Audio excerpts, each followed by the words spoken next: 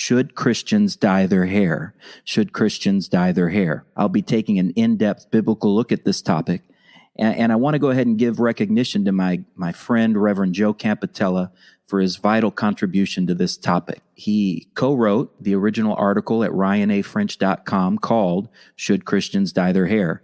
Please go find that link and read it if you can. Also, I'm featuring a doubleheader of poetry, one of the always interesting G.K. Chesterton poems entitled The Nativity, and another one by Deborah Ann titled Every Hair by Number. This is going to be a great episode, so let's get going.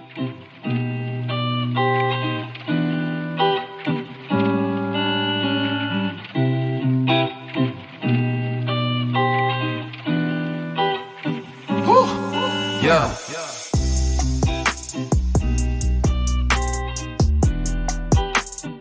I realize many people have never even paused to consider the possibility that God might care about any aspect of our outward appearance. Others understand that God does mandate a certain criteria of outward holiness disciplines.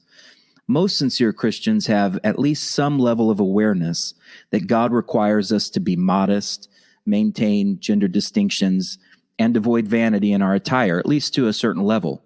Among apostolics, there are certainly many disagreements regarding how those standards should be applied orthopraxically, but they're generally acknowledged to be orthodoxically sound beliefs. Orthopraxy meaning how our doctrine is applied in our lives outwardly, and orthodoxy meaning what our actual beliefs are. And of course, there's always some level of difference between what we believe and how we live. We've all known someone, for example, who believed that you shouldn't lie, and yet they still lie. This would be someone who has sound orthodoxy but doesn't have sound orthopraxy. And we see this in many churches, people who have good orthodoxy, but orthopraxically, it doesn't play out correctly. And I want to look at the subject of hair dye orthodoxically, and then hopefully it'll play out in our lives the way it should. Many generations ago, hair dye was frowned upon and even outright forbidden across denominational lines. There was an almost ecumenical Christian stance against the practice of changing hair color. But like many standards over time, most denominations and religious affiliations softened or outright reversed their stance on the issue of hair dye. I grew up in a holiness setting that strictly opposed the use of hair dye. I never had the slightest interest in dyeing my own hair and really didn't think much about the issue at all, even though I grew up in the 90s when guys were obsessed with bleaching their hair. And of course, I remember growing up in the youth group and people would come in and their hair would be bleach blonde, and you'd say, "Hey, what happened?" They'd say, "Oh, I didn't dye it. I went swimming and, my hair came out this color." I just grew up in that generation. I vaguely remember being mildly surprised as a teenager when I realized there's no Bible verse that says, "Thou shalt not dye thy hair." But even with my limited teenage intellect, I knew I didn't need a "thou shalt not" verse for everything. In fact, more often than not, Scripture gives us a principle or a fundamental truth that should be practically applied to every area of our lives. Biblical principles should shape a Christian's worldview and also their lifestyle as well. For example, an illustration that I often give to people is the Bible doesn't give us a "thou shalt not" verse for meth or cocaine or every mind-altering substance. But we know from the principles of God's Word that we should abstain from things that alter our consciousness and certainly from things that are harmful to our bodies. And so we don't need a "thou shalt not" verse.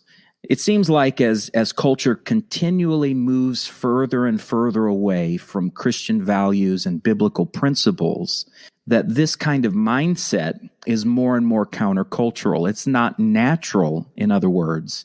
It's not normal for us to think correctly about how to live our lives in a Christian way because the world is so far from it. Most people just aren't raised with fundamental biblical values that are ingrained in their mindset and in their lifestyle. Historically, though, Apostolics and Pentecostals, especially holiness apostolics, have contended or argued that our doctrine, our orthodoxy, comes before and informs our behavior, our orthopraxy. There's an old saying, you get what you preach. And oddly, for many years, my denomination stood against and still technically stands against hair dye, but I can't remember ever hearing a single sermon about it. I can't even remember a passing reference to it in a sermon. So it's no wonder that hair dyeing is becoming more and more common and more controversial, even in holiness settings. We're not preaching it. And often in our churches, we do have a platform standard that asks people not to dye their hair. But even in that setting, most people don't really understand why our churches still, by and large, take this stance. So it's no wonder that hair dyeing is becoming more and more common. And it's one of the reasons that I receive countless questions about this subject, not only in my own church where I pastor and serve, but also through the blog and even through the podcast when people reach out. This is a subject that many people want to know more about. I was shocked when I first released the article at Apostolic Voice. I wasn't really sure how many people would be interested in it or read it. And really in the past, I guess it's been 8 months now, had over 55,000 people read that article. So that tells me there is an interest in this subject. People just want to know more. And at the very least, they want to have an understanding of the issue. And so I'm pleading with you now, regardless of your spiritual background or your current view, please read and listen to this subject with a prayerful and open mind to the scriptures and principles that I'm going to present to you. I hope it'll be a help to you. Don't just knee-jerk for it or against it. Really ask the Lord to help you have an understanding of the scriptures and the principles that we're going to look at here.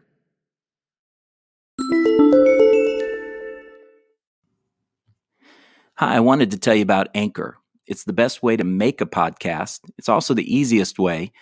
And for years, I've tried to do podcasting. It's been very hard. The technical side of things is difficult. But Anchor's made it easy, and it's completely free. They'll distribute your podcast for you, so you can be heard on Spotify, Apple, and all the other major platforms. You can make money from your podcast if you want to, with no minimum listenership. It's everything you need to make a podcast in one place. And so if this is something you've been interested in doing, you need to download Anchor now. Look for their free app or go to anchor.fm to get started. You'll be glad you did.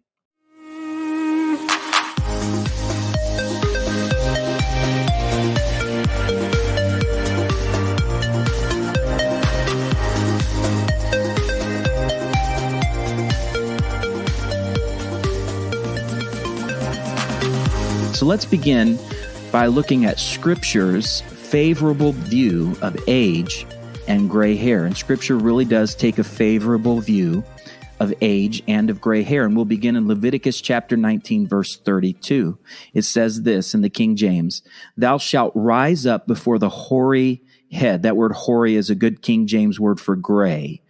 "Thou shalt rise up before the gray head and honor the face of the old man, and fear thy God. I am the Lord." You know, the entire book of Leviticus is a call for God's people to be a holy, separated people because we serve a holy God. Leviticus 19:2 says that, and many other scriptures repeat that. The word holy is used 152 times in the book of Leviticus alone. And while some of Leviticus is strictly ceremonial, much of it is just as relevant to daily Christian life as the Ten Commandments. In fact, many of the instructions found in Leviticus give practical guidance for properly obeying and understanding the Ten Commandments. For example, Leviticus 19:32 encapsulates a pragmatic way to obey commands, number 5 and 10 from the Ten Commandments, which are honor thy father and thy mother, that thy days may be prolonged, and thou shalt not covet.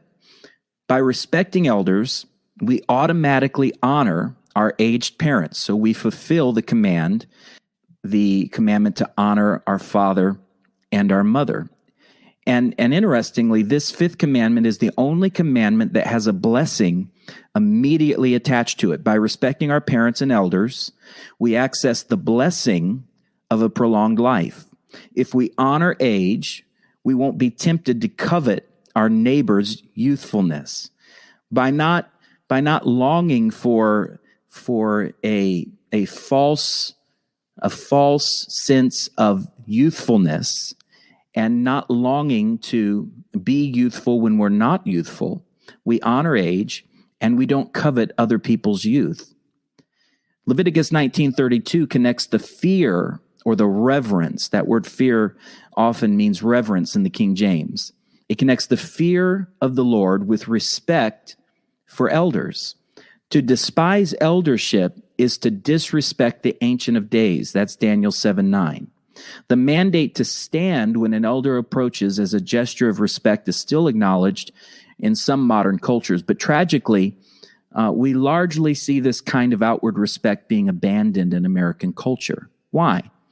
Because like the ancient Greeks, American culture worships youth and beauty. We really do. Hollywood and the music industry has led America to the altar of beauty and youth worship. Remember, it was the ancient Greeks who popularized the mythical fountain of youth. Alexander the Great is famous for searching in vain for the mysterious wellspring of eternal youthfulness, the fountain of youth. Most people spend an astronomical amount of time and money trying to conceal any outward indications of aging. Hair dye, makeup, Botox, liposuction, topical serums, and on and on and on and on, all promise to conceal a person's physical flaws and convolute their age. And the billions and billions of dollars happily paid for these products testify to the extreme vanity of our society. When a person intentionally conceals their age, they practice deception, reveal inward vanity, disrespect elders, and deprive younger generations of the ability to give that person the honor they deserve. In one of Aesop's rather funny fables, a man with black hair mixed with gray hair had two lovers, one old and one young. And the old one wanted him to look old, like her, so she pulled out all his black hair. And the young lover wanted him to look youthful like her, and she pulled out all his gray hair. And as a result, he was left completely bald. And there's been tons of humorous observations and morals attached to this fable, but it certainly illustrates the societal pressure to resist aging. But age is relentless, and age really cannot be denied in the end, nor should it be denied.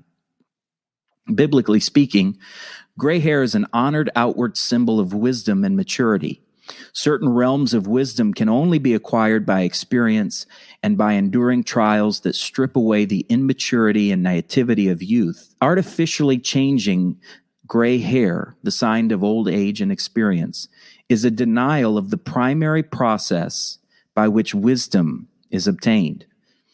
And masking God-given gray hair includes a rejection of the responsibility that is required by age and wisdom. In other words, some people never grow in wisdom, so they want their appearance to match the level of their maturity, the level of their mindset. And because they refuse to stop acting young and coveting youthfulness, they want their appearance to match how they think and behave. This is dishonesty to self. When they look in the mirror at their dyed hair, it makes them feel better. Why? Because they hide the truth from themselves. However, it actually has the reverse effect. Dyed hair typically makes its wearer look synthetic and even older than the age they're trying to deny. Consider this verse from Proverbs 16:31. It says this: "The hoary head or the gray head is a crown of glory, if it be found in the way of righteousness." This is interesting to me because there is an addendum attached to the crown of glory here. The gray hair is a crown of glory. It's only a crown of glory if it is attached to a person who is walking in the way of righteousness. Gray hair in the eyes of God is a crown of glory. To be righteous and silver-haired is a God-given privilege. Just living long enough to acquire a single strand of gray hair is a blessing that should never be taken for granted. And the person who dyes their hair has chosen to please the eyes of men rather than the eyes of God. They disrespected their own dignity and tossed aside God's blessing. And again, this reveals a heart of vanity and pride that has spurned honor, dignity, and humility. Why are these scriptures even in the Bible? If nothing else at all, it teaches us that God likes righteous people with gray hair. Of course, it means more than just that, but even if that was all it meant, that should be enough to give us pause before changing our natural God-given hair color. Even more simplistically, changing our hair color is like telling God he didn't do a good job.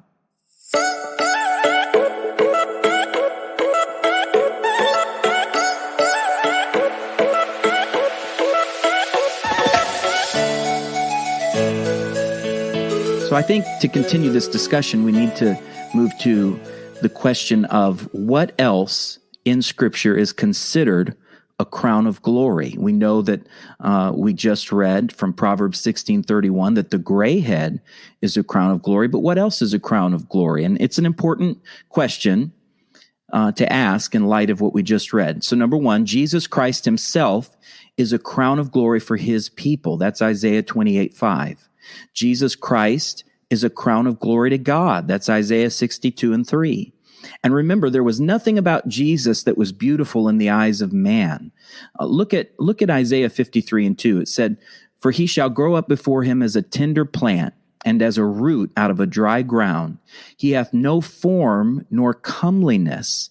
And when we shall see him, there is no beauty that we should desire him." There was nothing about the outward appearance of Jesus that was beautiful or striking. In fact, it seems that it was quite the opposite. He was just ordinary in every way in his appearance. And perhaps even the scripture suggests that he was not good to look at. So what was ugly in the eyes of men was beautiful to God. It's critically important to remember that God's definition and standard of beauty is often counterintuitive to us as carnal human beings because we live in a corrupted carnal world. God-fearing people must always be wary and cautious of allowing the culture to dictate and define what beautiful is for them. Here's another verse that gives us insight into what God considers beautiful. It's Proverbs 20:29. "The glory of young men is their strength, and the beauty of old men is in the gray head." Once again, Scripture emphasizes God's standard of beauty. Age and wisdom are desirable things that should clothe us with dignity and respect. And to reject that symbol is to reject God's design for our lives. Look at 1 Peter 5:4. "And when the chief shepherd shall appear, ye shall receive a crown of glory that fadeth not away." Wow. We receive a natural crown of glory, gray hair, through the process of old age and righteousness. That's Proverbs 16:31 again. And we will receive a spiritual crown of glory when Jesus comes back for his people. Righteous people with gray hair are a prophetic symbol of righteous people with their eternal crown. Let me say that again because it's so powerful. Righteous people with gray hair are a prophetic symbol of righteous people who have obtained their eternal crown of righteousness. People who dye their hair break this symbolism in their attempt to deny reality. Now, let me move in another direction for a minute here, and I want to talk about the modern promotion of hair dye, because really, even though hair dye has been with us for thousands of years in one form or another, really primitively, but the mass use and the mass popularity of hair dye is a fairly modern phenomenon. And the New Yorker has a fascinating article by one of my favorite authors, by the way, Malcolm Gladwell, entitled "True Colors, Hair Dye, and the Hidden History of Post-War America." If you go to the blog, ryanafrench.com, and look up the article, Should Christians Dye Their Hair? There's a link to this article there and several others that we reference. It's a lengthy read, but it's worth your time if you care to understand the original psychological mindset behind hair dye. It's no secret that the now multi-billion-dollar hair dye industry, and think about that, it's a multi-billion-dollar industry, first blossomed by promoting the reimagining or reinventing of self. The psychology of hair dye for women emerged like a rebellious monster from post-war feminism. This isn't my words. This isn't even just my opinion. This is actual historical fact. Even secular historians have documented this thoroughly. And now, in modern times, hair dye has become synonymous with vanity, sinful lifestyle changes, sexuality, sensuality, divorce, and dissatisfaction with God's original artistry. Statistics tell us that a whopping 75% of American women dye their hair, while only about 11% of American men use hair dye. Those remarkable statistics give deep insight into the hypersexualized and fantasy-induced psyche of the average American woman. On average, women feel deeply dissatisfied with their natural appearance, and this is tragic and heartbreaking. It has dangerous implications as well. The unstoppable rise of social media has only added to this ongoing problem. It would be extremely difficult to deny the drastic rise of female depression and suicide is not directly linked to the unrealistic expectations of so-called beauty our culture places on women, and now young girls too. You know, it used to be that only middle-aged women and older women dyed their hair, and now, tragically, mothers take little girls to have their appearance changed. All of this teaches children from a young age and teenagers, and certainly older women as well, that they're not beautiful on their own. God didn't make them beautiful. They're not perfect. And so the pressure of culture on women is crushing, telling them that they're just not good enough unless they snip this or change that or lose this or gain that. And women simply cannot hold up under this kind of sickening, unrealistic, ungodly pressure that culture places on them. And hair dye is just one aspect of the overall pressure that women feel to cover their flaws or enhance their beauty. Of course, this is largely because men and the media have objectified women for decades and decades. Also, many women place these unreal expectations on other women as well. Society places overwhelming pressure on women to synthesize their appearance in the name of fashion and beauty. These standards of beauty are incompatible with God's standards of holiness. And by the way, women are constantly being forced to compare themselves with standards of beauty that are not realistic, and they're not even real.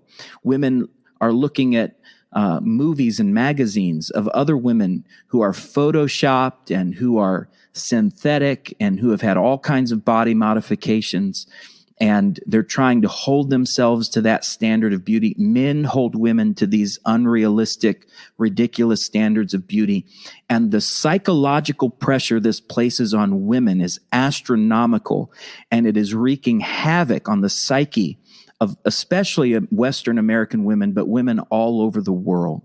Look at what the Bible says in Psalm 96, 6 and 9. It says, "Oh, worship the Lord in the beauty of holiness."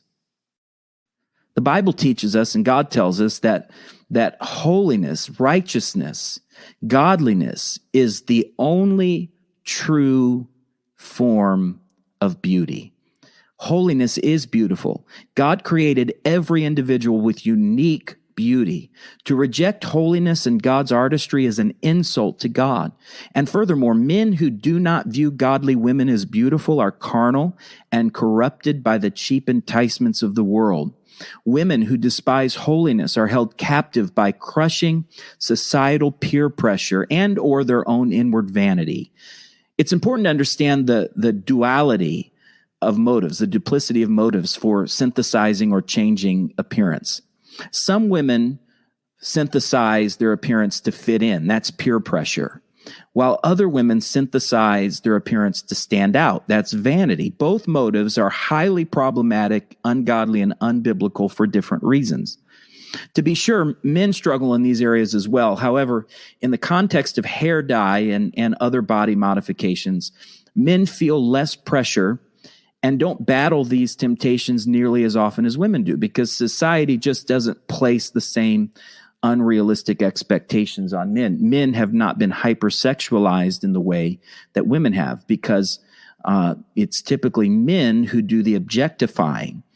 And so for men and women, God desires us to be free from the shackles, and they really are shackles, the bondage of envy, pride, vanity, objectification, insecurity, shame, and worldly expectations. Look at Psalm 139:14. It says this: I will praise thee, for I am fearfully and wonderfully made. 1 Peter 1:14 through 16 in the English Standard Version says, as obedient children, do not be conformed to the passions of your former ignorance, but as he who called you is holy, you also be holy in all your conduct, since it is written, you shall be holy, for I am holy.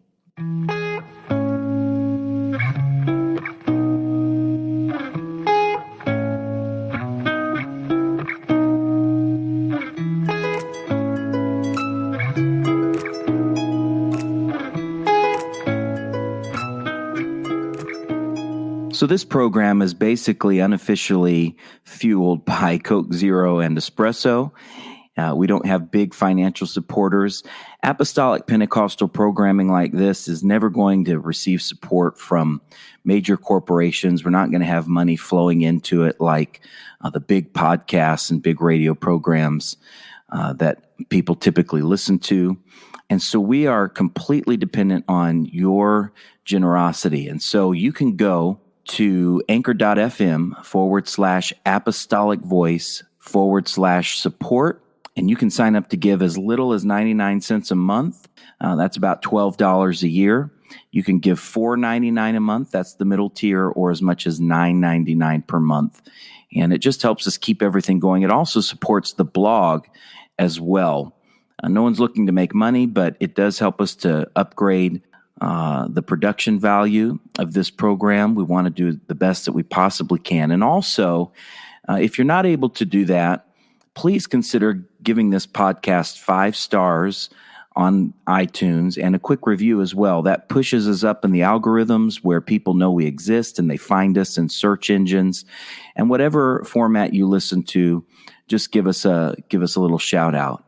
Perhaps give us a share on social media, Twitter, Instagram, Facebook. That just helps get the word out that we exist, and I do appreciate it. Thank you for listening.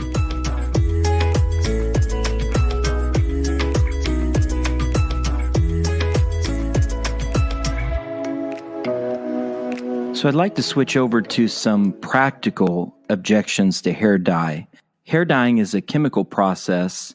Almost all hair dye requires bleaching before color is added. Typically, ammonia is used even in modern hair dyes, and it causes terrible, sometimes irreparable damage to hair follicles. Ironically, many people who avoid chemicals in every other area of life, their soap, their cleaning supplies, infuse their hair every day, monthly, weekly, with harsh chemicals.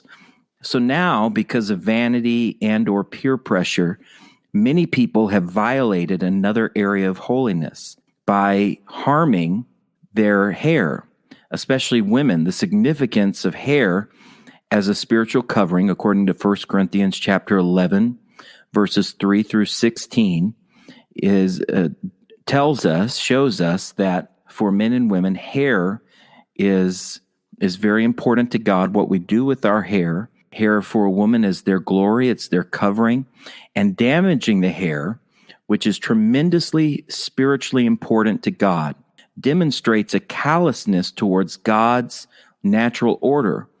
And so someone who values that spiritual principle, really that spiritual command, would never risk damaging something so spiritually precious unless, 1, they don't have a true revelation of the spiritual significance of hair, or 2, they're blinded by vanity or worldly pressure and don't care about things that matter to God.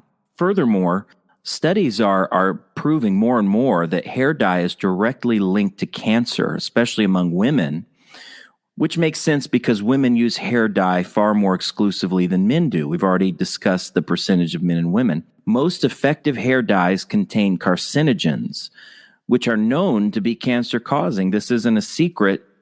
In fact, even very mainstream news organizations have reported the direct link that has scientifically been proven between breast cancer and other types of cancer that are linked specifically to the use of hair dye.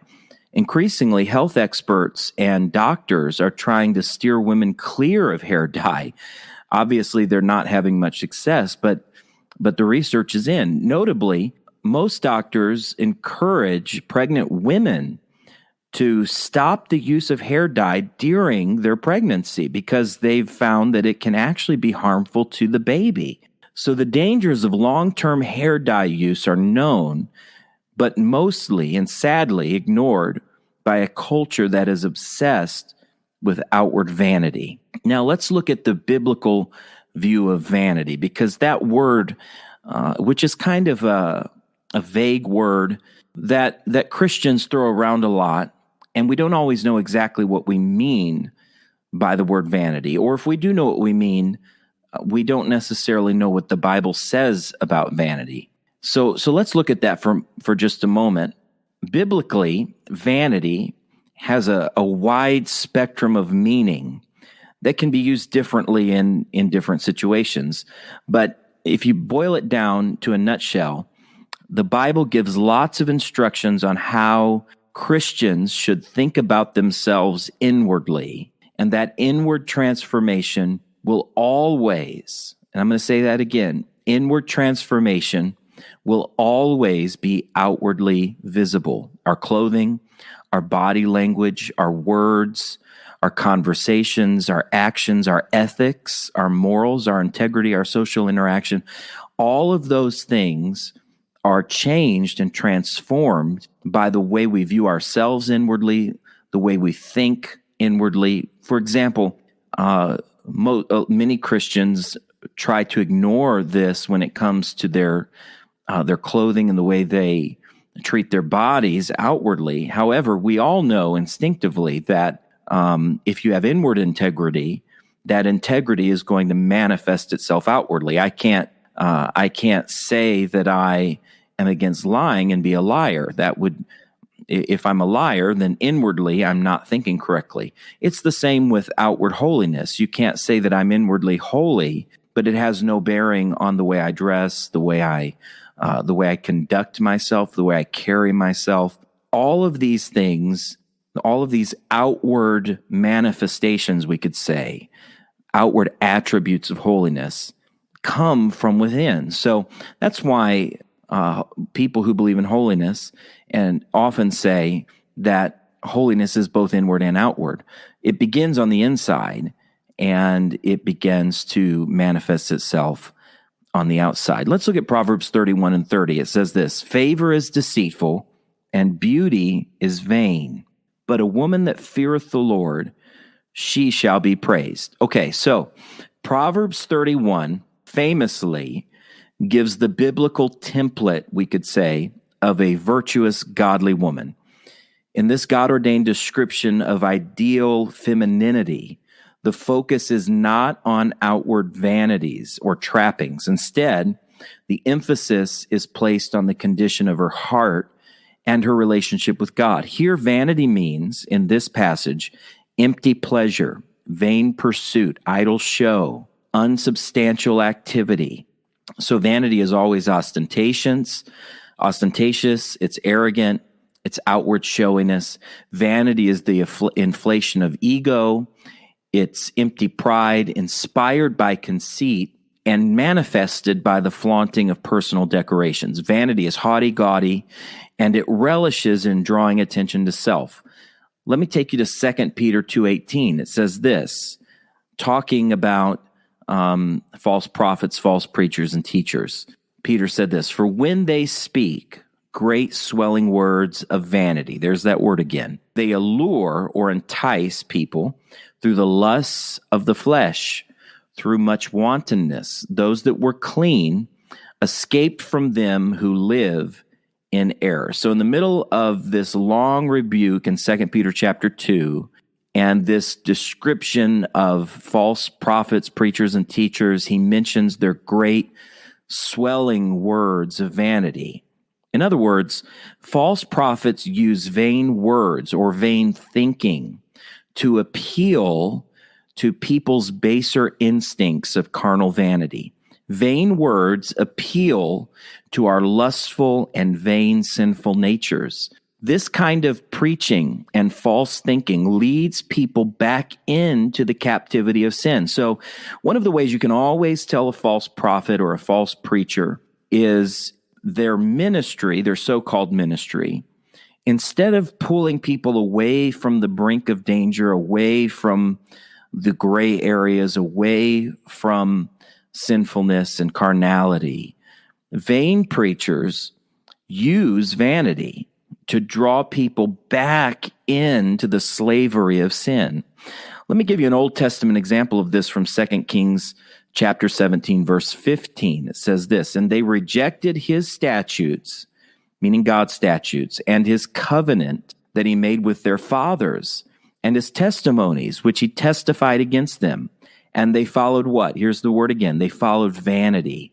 "And because they followed vanity, they became vain, and went after the heathen," or they imitated the heathens that were round about them, "concerning whom the Lord had charged them that they should not do like them." The Bible chronicles, really the vast majority of the Old Testament is the chronicling of the frequent backsliding and revival, the backsliding and restoration of God's people, the Israelites. And here in this text from 2 Kings, the Israelites followed empty, vain things, and they became empty and vain. Empty vanity lays the groundwork for deeper and deeper sins. As the Israelites imitated the heathens around them, they became more and more debauched in their thinking. And as they became debauched in their thinking, their actions became more heathen-like. All of this started because they ignored the warnings of their elders and ancestors. Vain thinking always leads to sin and to sorrow. I think this passage from 2 Kings parallels perfectly the problems that we're facing in our modern Christian culture, where Christians are pressured into looking at the heathens around them, Hollywood, fashion industry, and even carnal Christians and false prophets and false preachers. And as they imitate this, their thinking becomes more and more carnal. And as they think in ways that are heathen-like, their actions become less and less godly, until eventually they get to the place where they wouldn't recognize godliness if it slapped them on the back of the head. This is a dangerous place for us to be, and we should really consider it. And we should never discount the warnings of our elders and our ancestors and godly men and women who've paved the apostolic doctrines and ways of thinking. We should never discount those things casually. We should always listen to those things carefully and make sure that our thinking is not being influenced by something that is empty and vain, rather than something that is godly and wise. Now let's look at Philippians chapter 2, verse 3. It says this, "Let nothing be done through strife or vainglory." That word vainglory would probably best be translated as empty or vain conceit. And I believe hair dye falls into the category of empty conceit. Let's look at Galatians chapter 5, verses 24 through 26. It says this, "And they that are Christ's have crucified the flesh with the affections and lusts. If we live in the Spirit, let us also walk in the Spirit. Let us not be desirous of vain glory, provoking one another, envying one another."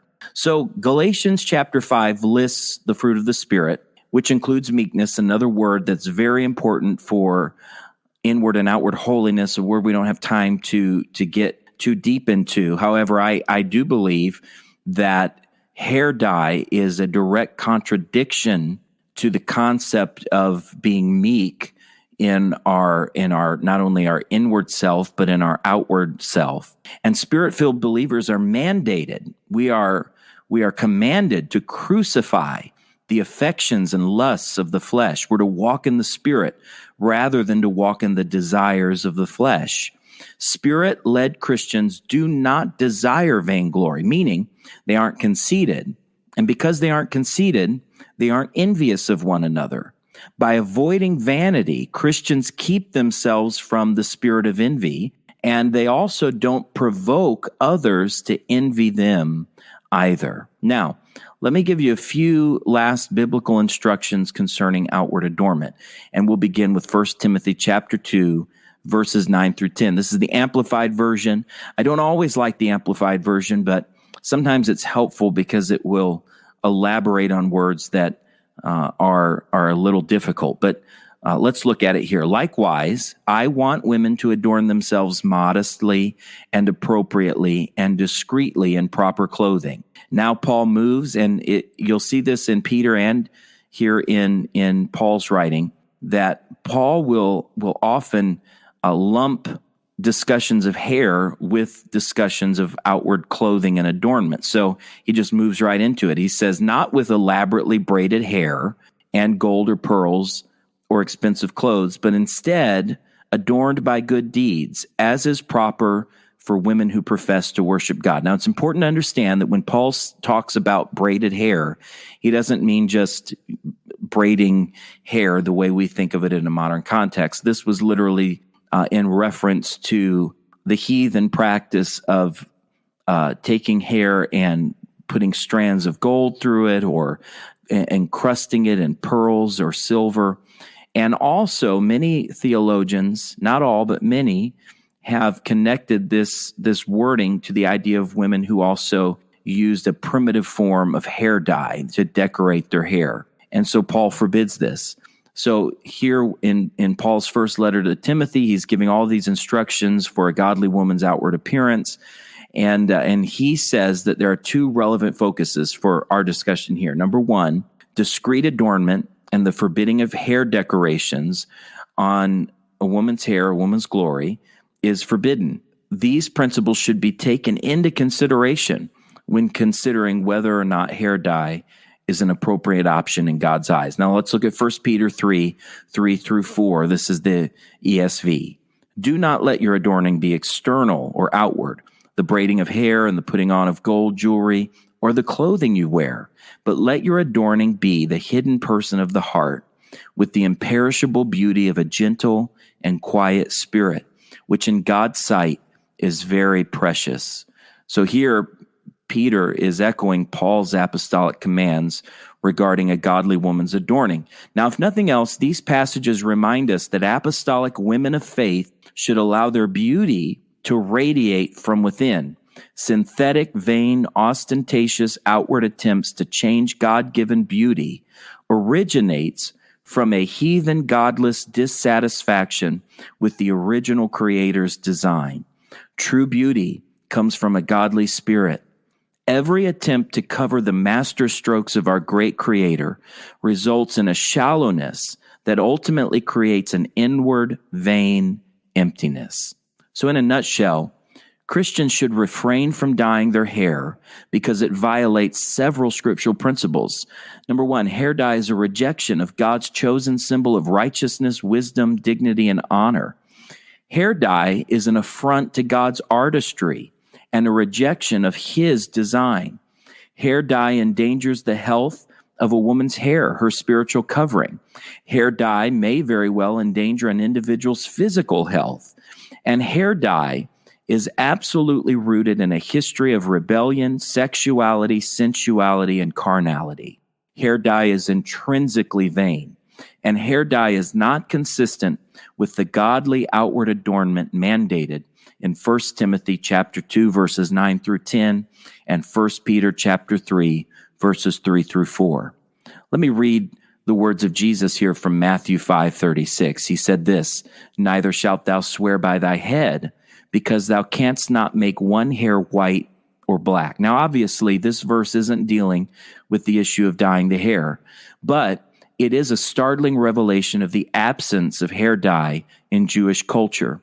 I think it's highly unlikely that Jesus would have said this if it was common practice for women to dye their hair black, or men for that matter. It seems consistent with Scripture that the apostles and prophets of old would firmly oppose the ostentatious synthetic use of hair dye.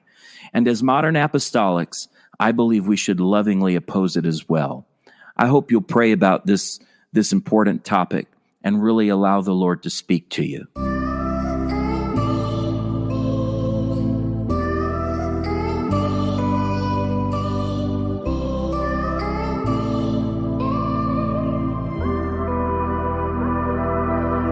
I'm focusing today on one of G.K. Chesterton's finest poems called The Nativity.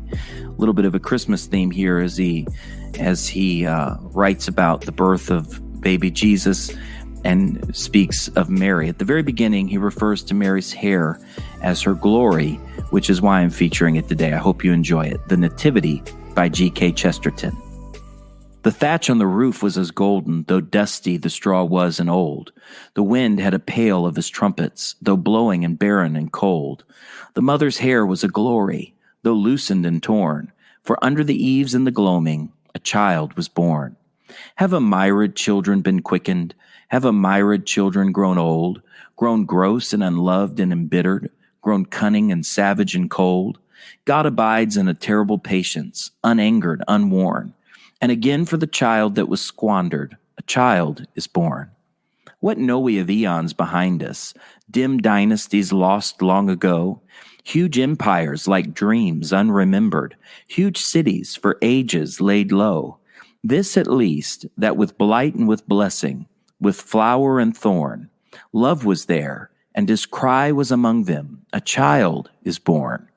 Though the darkness be noisy with systems, dark fancies that fret and disprove, still the plumes stir around us, above us, the wings of the shadow of love. O princes and priests, have ye seen it?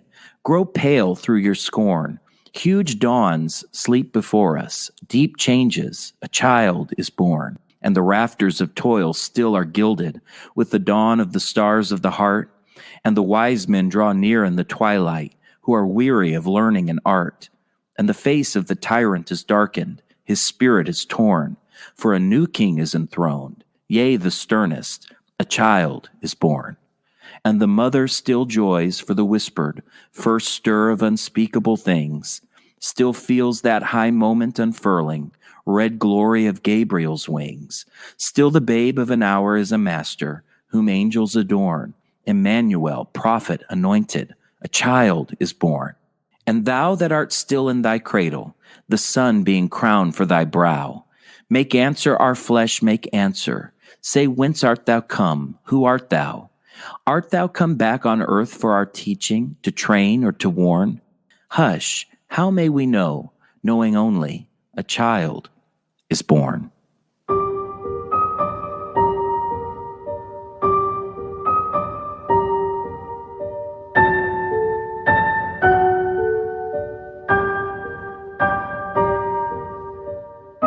I told you we had a doubleheader today, and this poem is called Every Hair by Number by Deborah Ann. If God calls each star by their name, would he not for his children do the very same? If God feeds the birds on the fly, would he not for his children their daily needs supply? If God considers all the lilies of the field, would he not for his children be their protective shield? If God knows when a sparrow's about to fall, would he not for his children hear them when they call? If God keeps each creature in his sight, would he not for his children lead them with his light? If God counts every hair by number, then we as his children these questions needn't ponder. Luke 12:7.